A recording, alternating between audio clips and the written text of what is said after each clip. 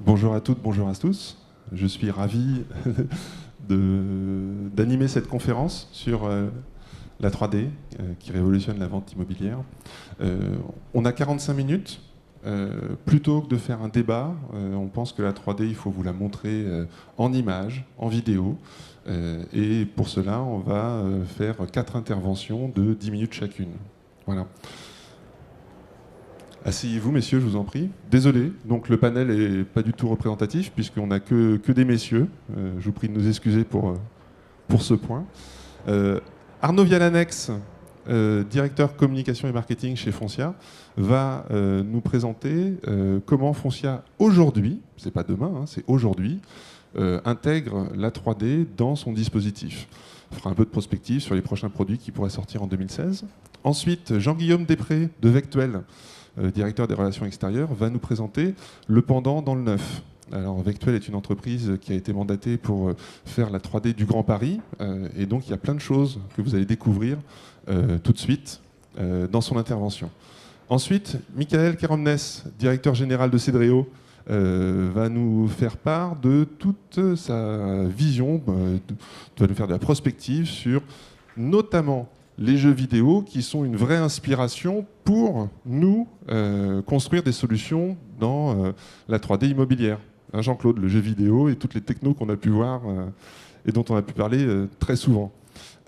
Enfin, Ludovic Clérima, journaliste du groupe Figaro, avec qui j'ai le plaisir de travailler, et qui va nous faire un peu de prospective un peu plus large. On sort du jeu vidéo, mais on sort sur la prospective 3D dans l'immobilier. Ça va au-delà forcément de la vente. Voilà. Et tout de suite, sans plus attendre, je passe la parole à Arnaud pour nous parler de l'utilisation de la 3D chez Foncia aujourd'hui.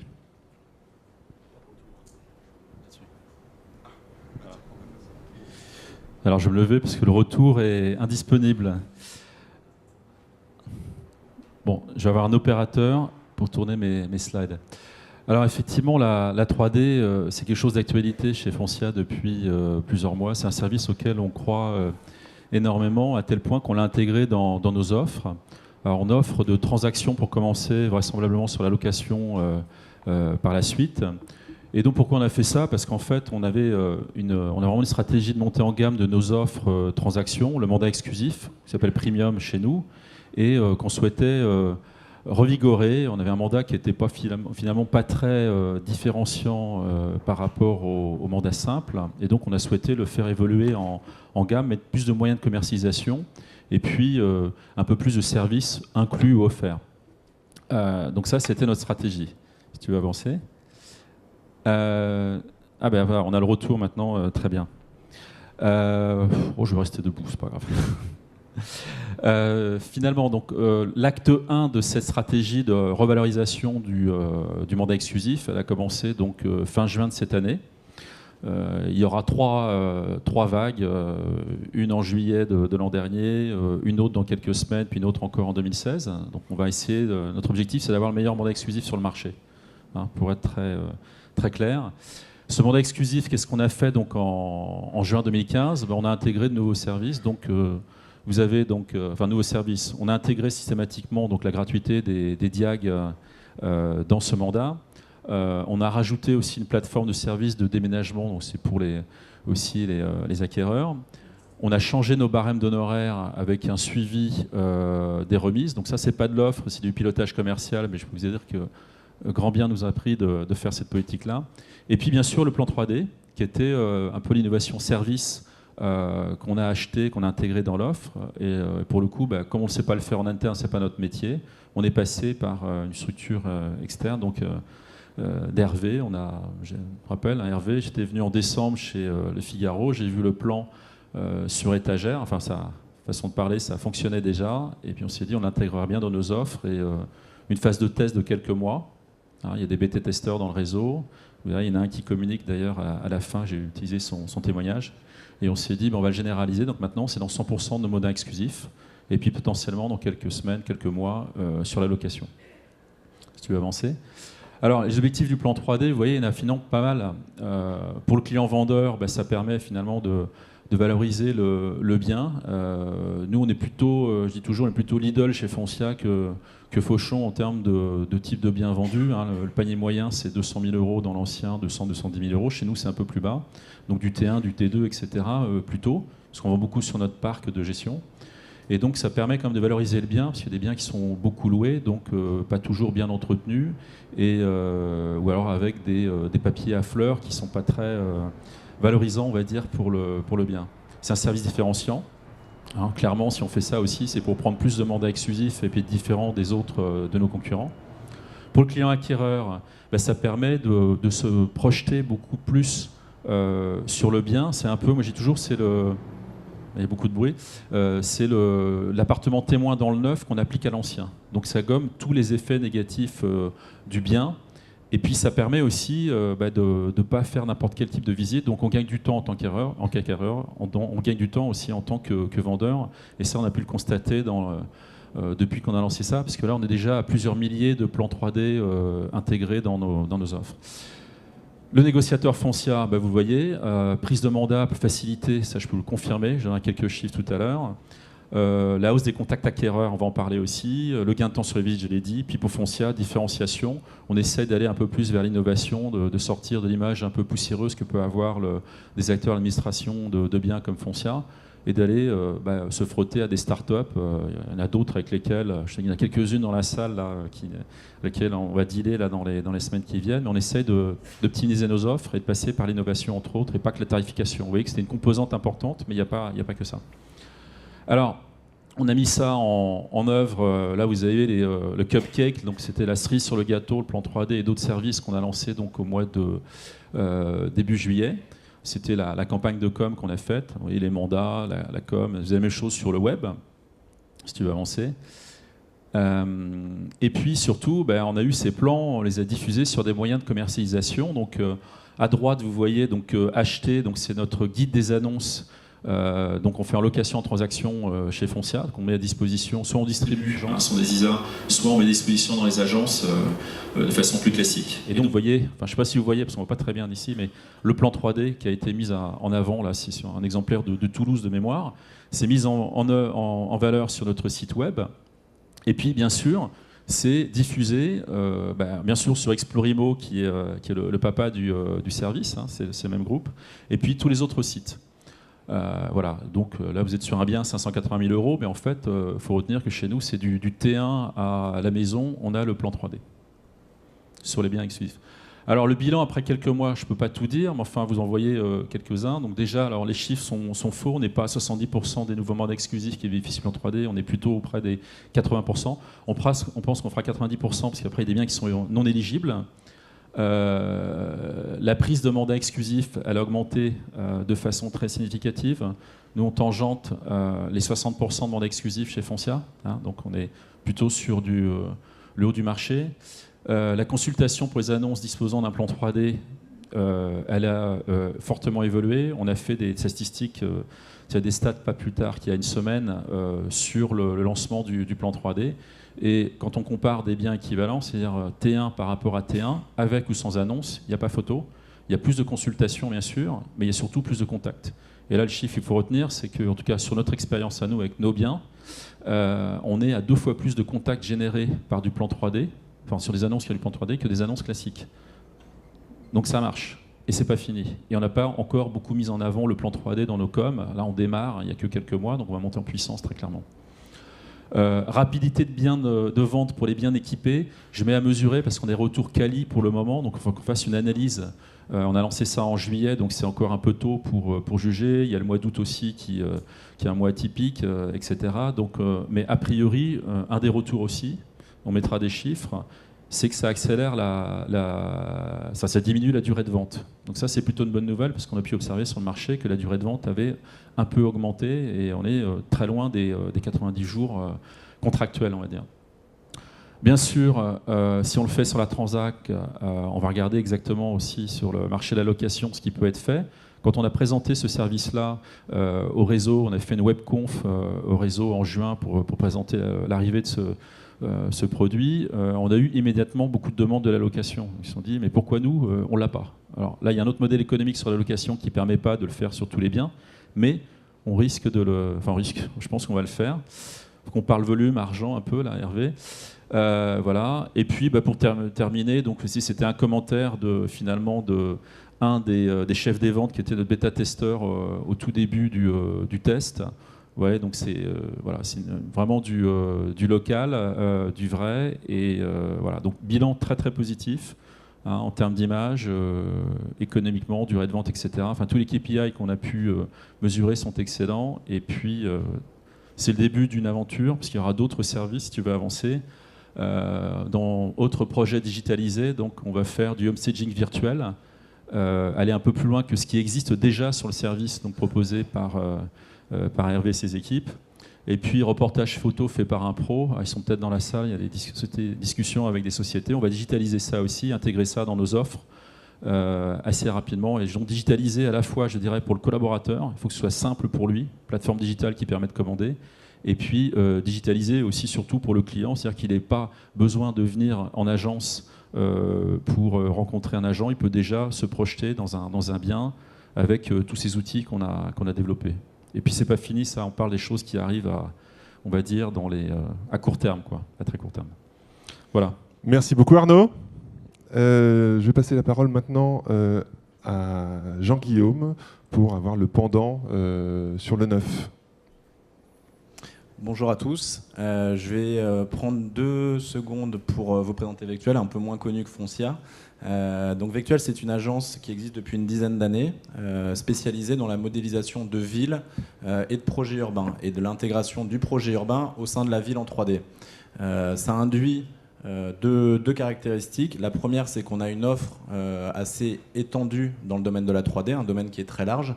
C'est-à-dire qu'on fait des maquettes, des films, des perspectives. Ça induit qu'on a une très grande expérience aussi dans la modélisation de villes en 3D. Donc ça induit la notion d'échelle, qui est très importante, et qu'on va traiter donc, en vous présentant le cas de la Société du Grand Paris. Et ça induit aussi une expérience forte dans le domaine de l'aménagement public et dans le domaine de la correspondance entre des projets de programmes immobiliers et leur insertion au sein d'une échelle un peu plus large. Donc l'idée, on va peut-être lancer la petite vidéo, la 3D c'est quelque chose d'extrêmement large. Vous voyez ici des images qui sont issues de productions qu'on a pu réaliser. Et vous voyez que ça brasse énormément d'échelles, énormément de types de projets, qu'on va traiter la ville, on va traiter le projet, on va traiter l'immobilier neuf, on va traiter la ville, on va traiter l'événementiel, on va traiter les supports de diffusion qui sont différents. Donc la 3D est un objet extrêmement protéiforme aujourd'hui, et l'idée c'est effectivement de mettre un peu d'ordre là-dedans par 2 grands biais. La notion d'échelle, je l'ai déjà évoqué, c'est-à-dire comment on passe d'une ville en 3D à un programme immobilier, et la notion de transversalité. Transversalité des outils, puisque tout ce que vous voyez peut se décliner en local, sur le web, en portabilité. Transversalité des données, on va rentrer dedans, puisque un projet n'existe que dans son environnement. C'est une réflexion de la réalité, de ce qu'on voit. Et transversalité de la diffusion, pouvoir créer un projet et le diffuser sur tout support. L'idée, c'est donc de vous présenter cette démarche à une échelle territoriale, en l'occurrence l'échelle du Grand Paris. Donc la Société du Grand Paris avait lancé un appel d'offres qu'on a remporté pour la modélisation de l'intégralité de l'Île-de-France et l'intégration dans cet outil de tous les projets de gare que constitue le Grand Paris Express, ainsi que les projets connexes et les projets qui entourent les projets connexes. L'idée, c'est donc de créer une base agrégative qui va permettre une intégration progressive de tous les projets, de tous les porteurs de projets, et de devenir un référentiel 3D du projet en Île-de-France. Donc je parlais de l'échelle tout à l'heure, de la notion d'échelle. Il faut aussi se projeter dans la 4D, qui est donc la 4D, la 3D, mais dans le projet, dans le futur. Jean-Guillaume, juste un point. Pour les néophytes, il s'agit de modéliser grosso modo toute la première couronne et Paris Intramuros. Exactement. En 3D. C'est-à-dire toute l'emprise du projet du Grand Paris Express. On va donc voir un rendu. Donc l'échelle, effectivement, c'est celle qu'on vient d'évoquer. C'est donc Paris et toute l'emprise du projet du Grand Paris Express avec ce type de rendu, c'est-à-dire une modélisation complète, exhaustive de tous les bâtiments qui entourent les projets et l'intégration du projet au sein de son environnement. L'idée étant de pouvoir donc se projeter sur ce que sera l'Île-de-France à horizon 3 ans, à horizon 5 ans, à horizon 15 ans. Et c'est de constituer un référentiel unique, agrégatif, qu'on va pouvoir utiliser de cette façon-là, c'est-à-dire une maquette numérique où on vient voir les projets à plusieurs niveaux de qualité. Ce niveau-là, ce niveau qu'on appelle haute définition, qui est vraiment un rendu plus qualitatif, qui permet une immersion plus forte dans le projet. Donc ça, c'est le pendant local de consultation de maquettes. Il y a, et c'est en ça qu'il est ambitieux ce projet, l'idée de faire la même chose sur Internet, donc sans plugin, sur une application extrêmement simple, extrêmement facile d'utilisation, où on va pouvoir venir consulter tout son temps qu'on est. Il y aura plusieurs niveaux, mais le grand public y aura complètement accès, tout le futur de l'Île-de-France, en agrégeant progressivement les projets au fur et à mesure de leur évolution, de leur maturation. Donc voilà, vous voyez une interface ici de consultation qui reprend exactement ce qu'on a vu dans la maquette locale initiale. Et ça, c'est une plateforme qu'on va mettre en place au premier semestre 2016. Donc les rendus sont très proches. Et l'idée, c'est vraiment de pouvoir offrir cet outil-là au grand public, mais aussi forcément à l'aménageur public et à tous les porteurs de projets. Vous voyez ici, on est en full web et on est sur de la 3D temps réel, c'est-à-dire que c'est moi qui navigue dedans. Alors après, on ne va pas rentrer dans la technique, mais ce qui est important, c'est que je n'ai rien téléchargé, je navigue dedans de façon très simple. On rajoutera des informations si besoin est, en l'occurrence des informations techniques.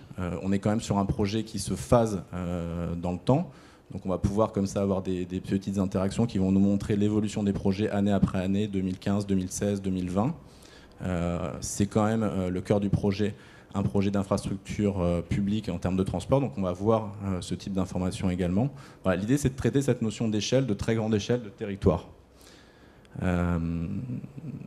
Et toute cette donnée, alors là on a pris l'exemple du Grand Paris, mais on a travaillé sur toutes les grandes villes de France de cette façon-là. Bien évidemment, cette donnée, elle peut être interfacée pour autre chose. Elle peut, c'est ce que je disais tout à l'heure, la transversalité de la donnée, c'est que c'est un objet protéiforme qu'on peut utiliser à d'autres choses. Typiquement, on peut l'utiliser pour valoriser un programme immobilier. Donc je vais vous présenter ici une application de valorisation d'un programme immobilier, de commercialisation, avec deux types de navigation. On va pouvoir lancer la première façon de naviguer dans cette application. On retrouve donc une donnée 3D qu'on peut avoir par ailleurs par les différentes productions dont je vous ai parlé.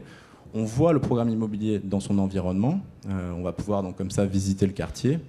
On a des petits médias qui nous permettent comme ça, des médias cartographiques, de positionner les principaux points d'intérêt autour du programme. On voit le quartier en 3D, on voit le positionnement du programme au sein du quartier, voilà.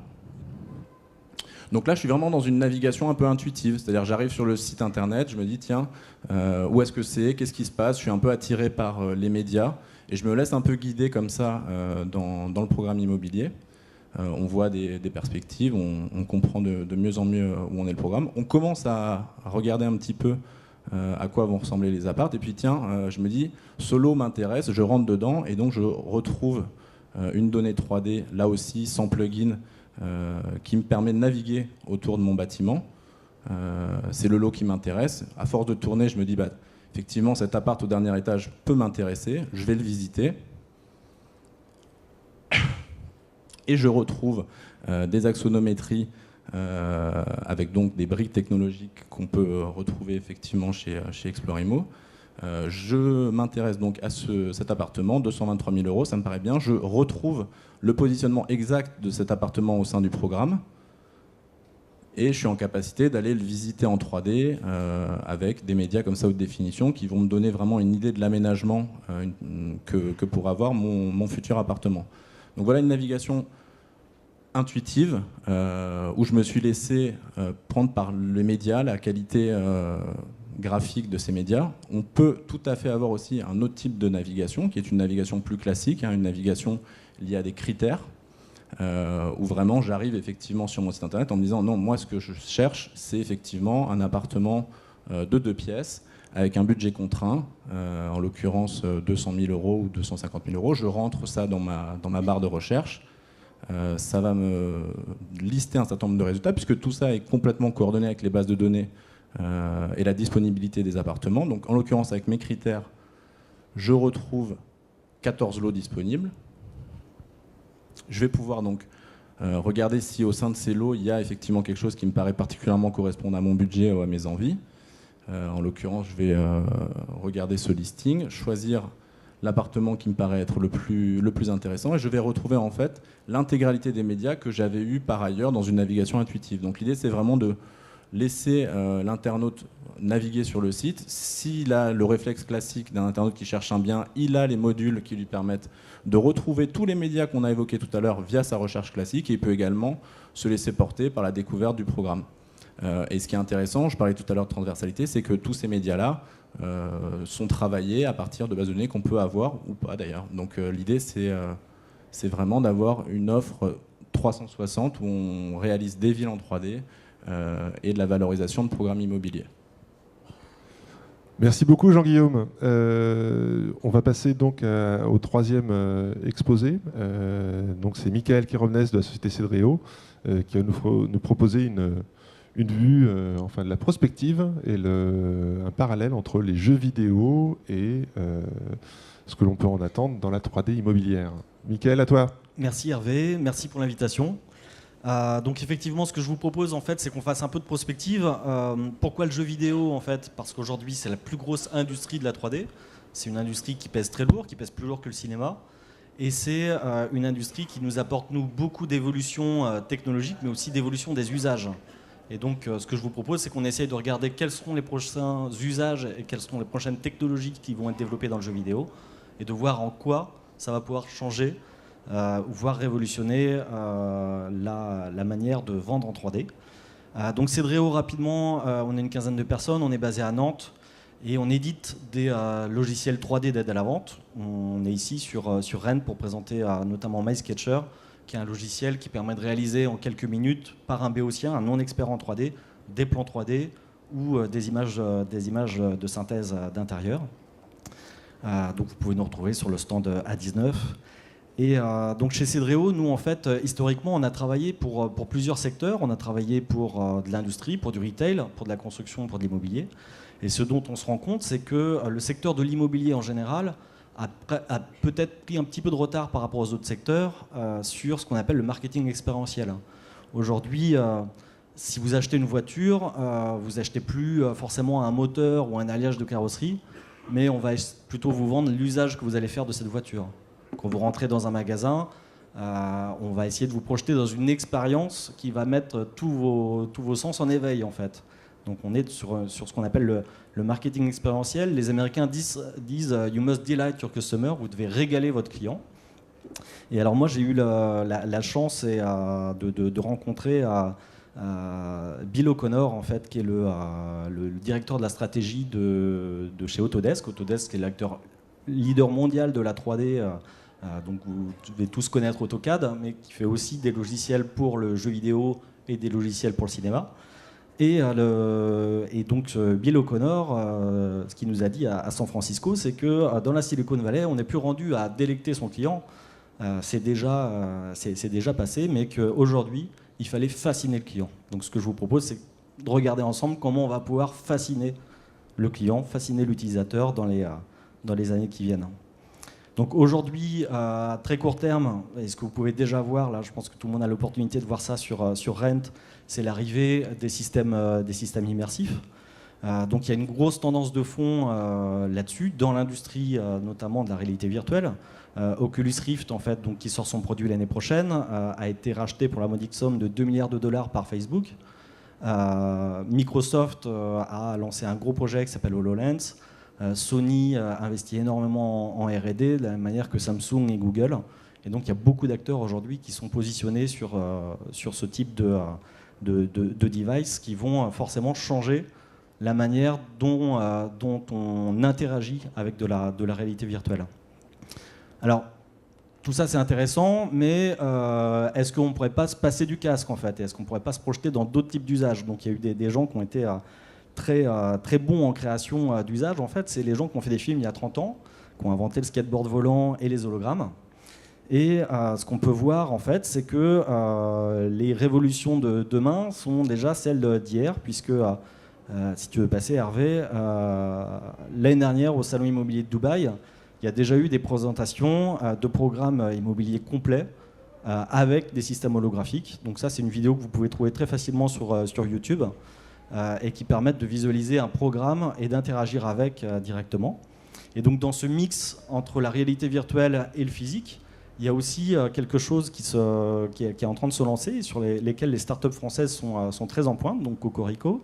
Oui, c'est ça que tu disais comme témoignage quand tu es revenu il y a 15 jours des États-Unis, c'est que la France est vraiment en pointe. Oui, ouais, tout à fait. Donc ça, je pense que on aime bien, s'auto-bâcher en France, mais il y a quand même beaucoup de techno de pointe en 3D en France, et on n'a absolument pas à rougir par rapport à ce qui se fait aux États-Unis. Et notamment, ces systèmes de projection 3D permettent en fait de projeter sur les murs, mais en tenant compte de la géométrie de la pièce. Donc, alors là, on est sur un environnement un petit peu exotique. Je suis désolé, je n'ai pas trouvé d'illustration plus parlante, mais ce qui serait intéressant, ce serait de se projeter sur ce qui serait possible de faire dans l'immobilier, et notamment dans le home staging. Plutôt, on parlait tout à l'heure de la tapisserie à fleurs, plutôt que de visualiser un appartement physiquement avec de la tapisserie à fleurs, on pourrait peut-être projeter une autre décoration qui permettrait au client, enfin à l'usager, de mieux appréhender son bien avec une autre décoration. Donc il y a une autre tendance de fond aussi dans les technologies, et pas que dans la 3D, c'est ce qu'on appelle la loi de Moore. C'est que tous les 18 mois, la puissance de calcul est doublée en fait.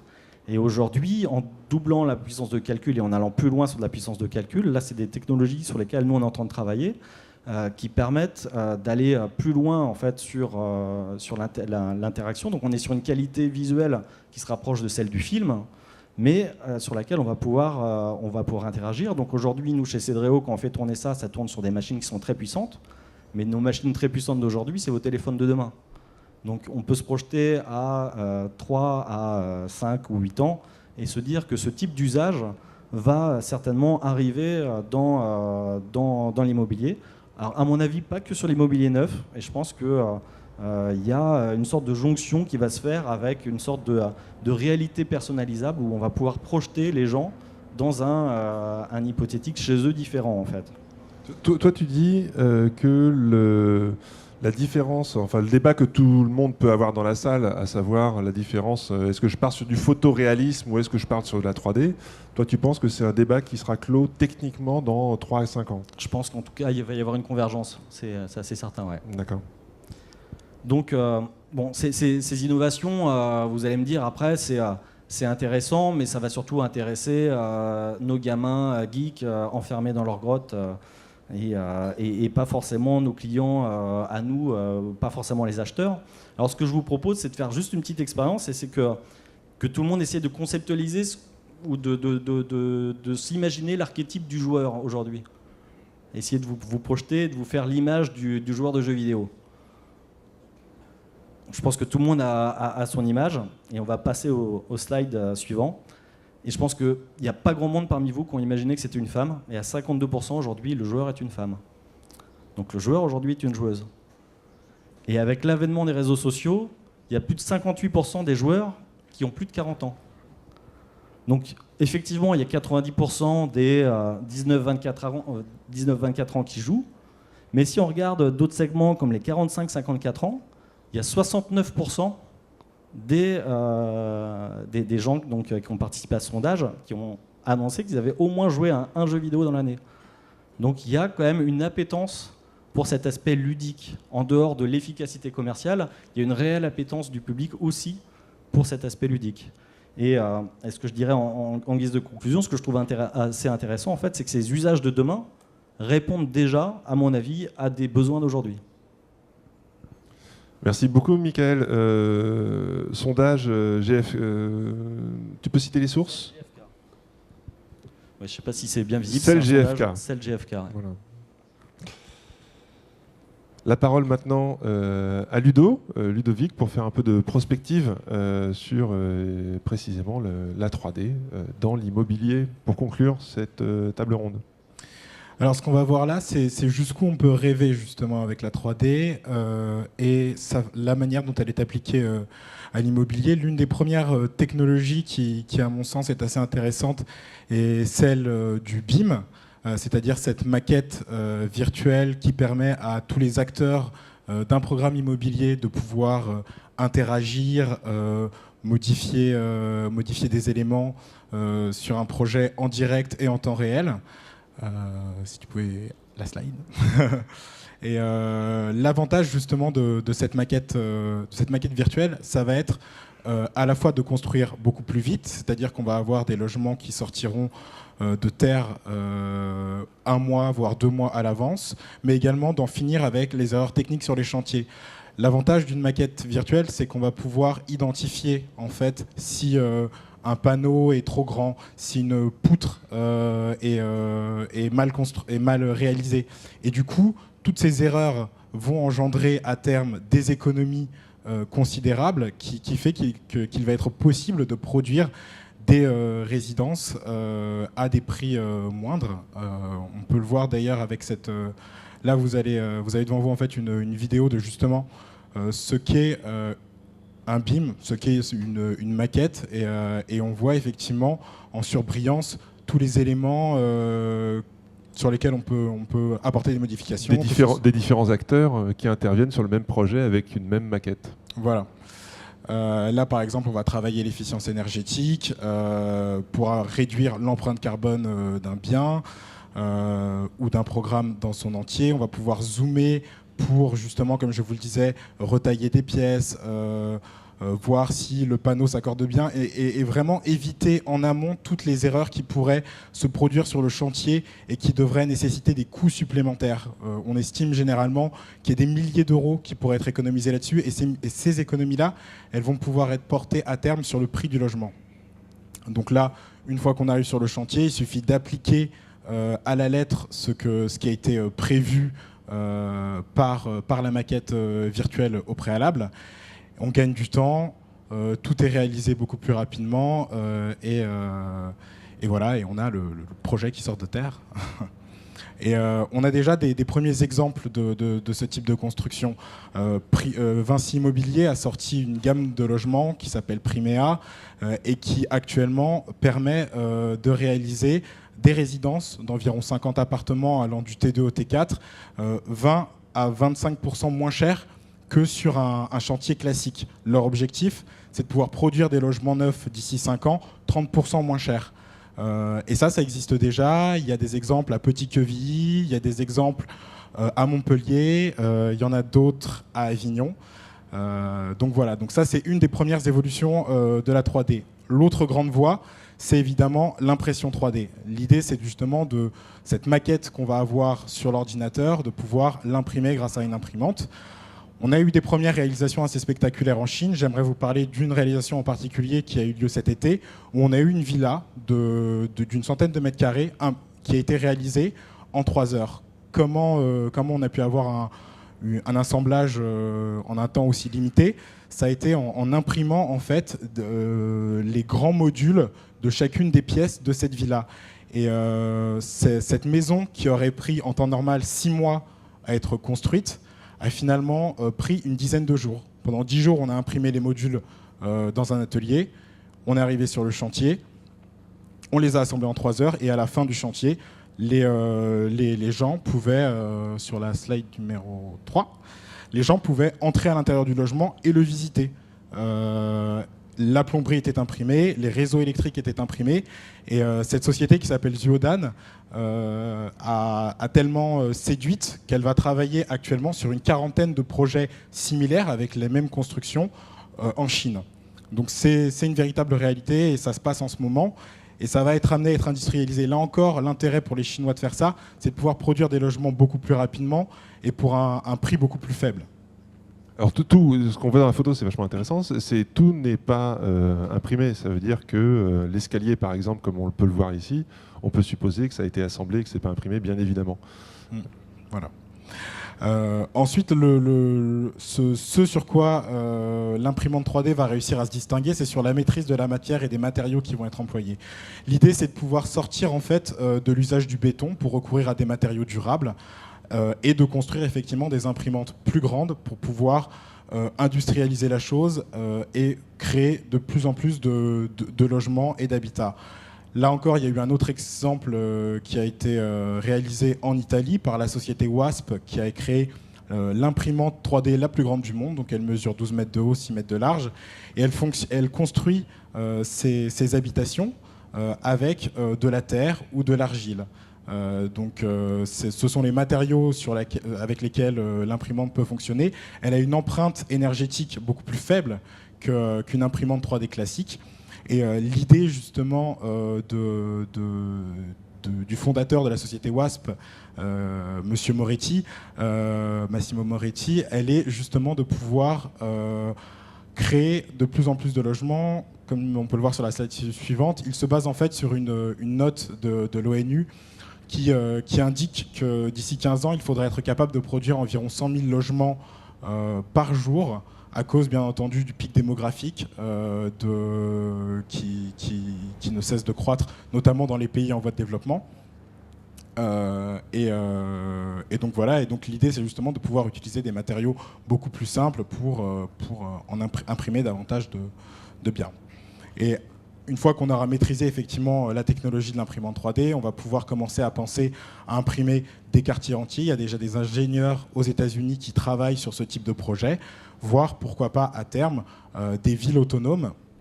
C'est-à-dire voilà, ce type de structure, on en voit un peu partout, des architectes qui proposent des projets un peu fous de villes flottantes. La possibilité de pouvoir imprimer en 3D une résidence ou un bien peut nous laisser présager la réalisation de projets aussi fous. Et lorsqu'on va au bout de l'idée, dans la folie, on peut penser à la conquête spatiale. Je dis ça parce qu'actuellement, la NASA organise un concours visant à sélectionner des architectes capables d'imprimer sur Mars une maison afin d'abriter les spationautes qui réaliseront la peut-être prochaine mission sur Mars en 2030. Et donc tout un concours a été organisé cet été. Il y a eu à peu près 160 projets de proposés, une trentaine ont été retenus. Et là, on est à la dernière phase de sélection, donc il n'y a plus que 3 projets qui sont actuellement en liste.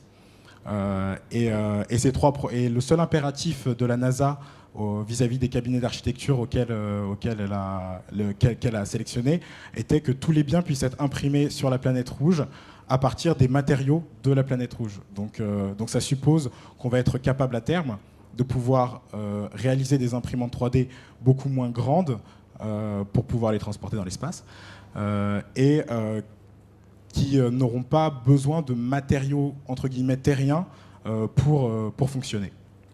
Donc sur la slide la prochaine encore, on a un exemple justement d'un des projets qui a été retenu. Donc c'est un habitat qui serait réalisé uniquement en glace, parce que pour des raisons d'isolation sur la planète Mars, la température est en moyenne à moins 60 degrés. Donc l'idée ce serait de pouvoir réaliser cette maison en glace en l'imprimant sur la planète rouge, comme on peut le voir dans la vidéo, avec cette première maquette. Et c'est actuellement le projet le pressenti pour remporter le grand concours organisé par la NASA. Donc on attend encore les résultats pour savoir si c'est bien lui qui l'emportera ou non. Et donc voilà, c'est quelques exemples d'impression 3D et d'avenir. Et donc j'aimerais terminer en fait sur cette citation de Joseph Conrad qui à mon avis colle un peu avec ce qu'on peut faire, ce qu'on peut imaginer avec la 3D, le numérique appliqué à l'immobilier. C'est seulement dans l'imagination des hommes que chaque vérité trouve une existence réelle et indéniable. L'imagination et non l'invention est le maître suprême de l'art comme de la vie. L'idée c'est de se dire que la 3D ça va être une machine à rêve ainsi que le numérique appliqué à l'immobilier, et c'est à nous d'imaginer l'impossible avec cette boîte à rêves. Merci beaucoup Ludovic. Vous pouvez retrouver Ludovic sur le Figaro Immobilier, en ligne, sur le papier, et puis aussi sur, bien sûr, Explorimo et Explorimo sur la partie éditoriale du site. Voilà. Je vous remercie à tous infiniment. On est pile poil dans le temps. Je remercie beaucoup Arnaud, Jean-Guillaume, Michael et Ludovic qui, comme vous avez vu, ont passé du temps pour préparer cette conférence qu'on voulait, pas un débat, mais on voulait vous exposer ce qu'on avait sur le cœur et dans nos tripes. Et on vous souhaite une excellente suite de salon. Au revoir.